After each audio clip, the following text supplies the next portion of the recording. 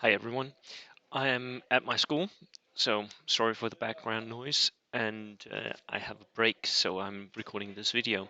Um, and this is a list review of ME's list for Operation. What was it called? Here we have Operation Cobra in on the 30th of September. Um, Now, Emmy he's been featured here on this channel before. He's thinking about Italians here, and I read through the pack, and the main thing that's of interest there is that if you bring a 9+ tank, you get a second 9+ tank for free, which is really good, and something I think most people should take advantage of equal or less points value taken for free.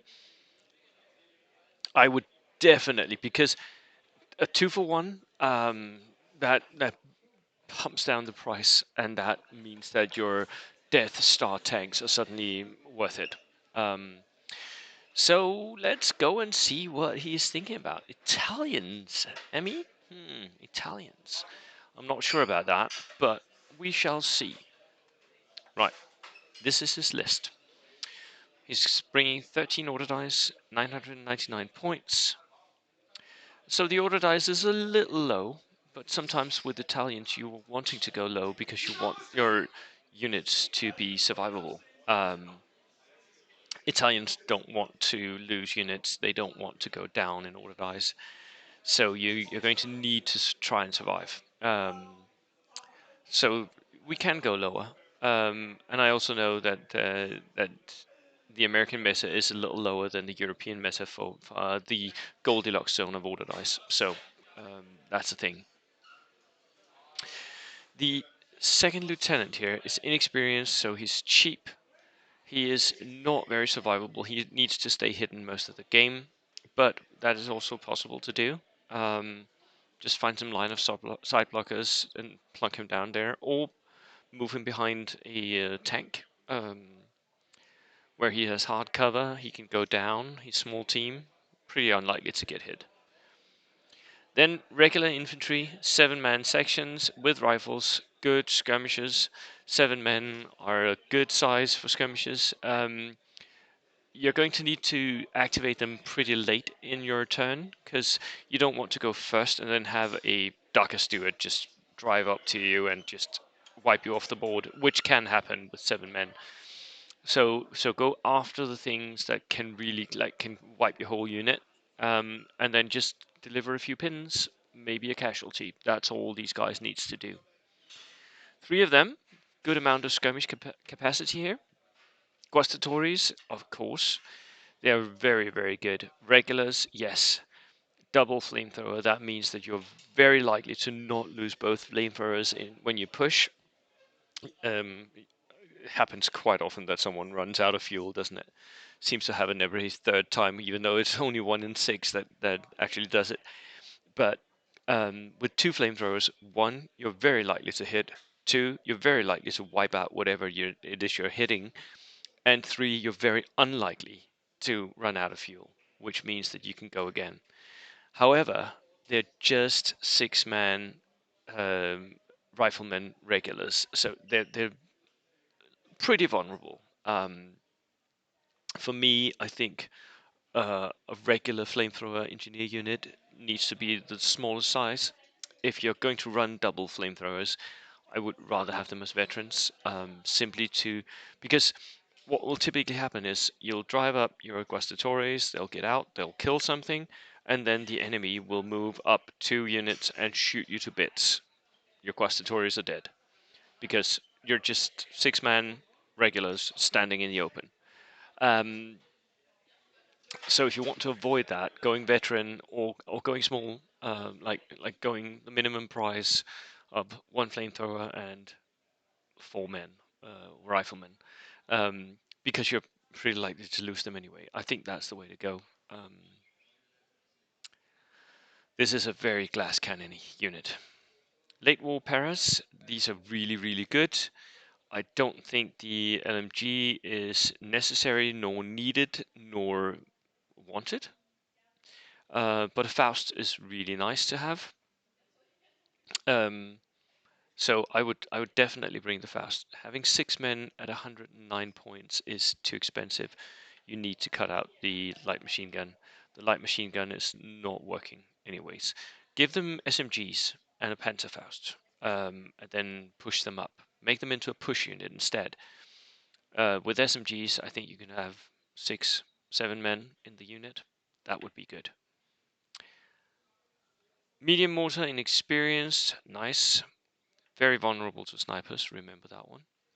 Flamethrower, regular, very good. That's the third flamethrower, second flamethrower unit. So a lot of flamethrowers, they all need transport. Light howitzer with a spotter,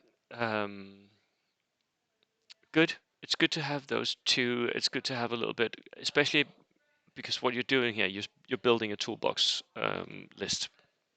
A toolbox list needs a little bit of everything. And the light howitzer does something that the medium mortar doesn't do. It can shoot directly. However, with the indirect firing, the zeroing in, the mortar is just as good. The howitzer is just a little bit less vulnerable to snipers. So, is it needed? No, but it's really nice to have. Horse-drawn limber, a very vulnerable little creature, but it's nice. It's a nice order dice. Auto Blinder 41. This is good. This is good. Recce, dual direction steering, 7 plus. It's close topped. It's got a light autocannon and a coaxial MMG and a rear facing hull mounted MMG. So most of the time you'll see people driving the auto blinders back to front, right? This means that it has less armor. We don't care because all it needs to do is it needs to survive small arms fire, which, since it's armored, small arms can't hurt it. So it will drive up, and because it has that hull-mounted MMG, it will split fire, either using the light autocannon on one target, a vehicle or veterans, and the MMG on another target, or split firing with 2 MMGs. This is a really good little armored car. Semovente, 9 plus, and because he takes a Semovente, he can take a second Semovente. Heavy anti-tank gun, forward-facing, hull-mounted MMG, forward-facing as well. Nice. This is very expensive, but if you're thinking about that, you're actually getting 2 for 220 points. It's not at all. And that heavy AT gun is really going to come in key when you think about what this pack is going to do to other people's choices. Other people are going to take heavy tanks as well. So your 6 plus is very likely to hurt a heavy tank. It also has the big HE, so it can go anti-infantry, which is really nice bonus. Really nice bonus.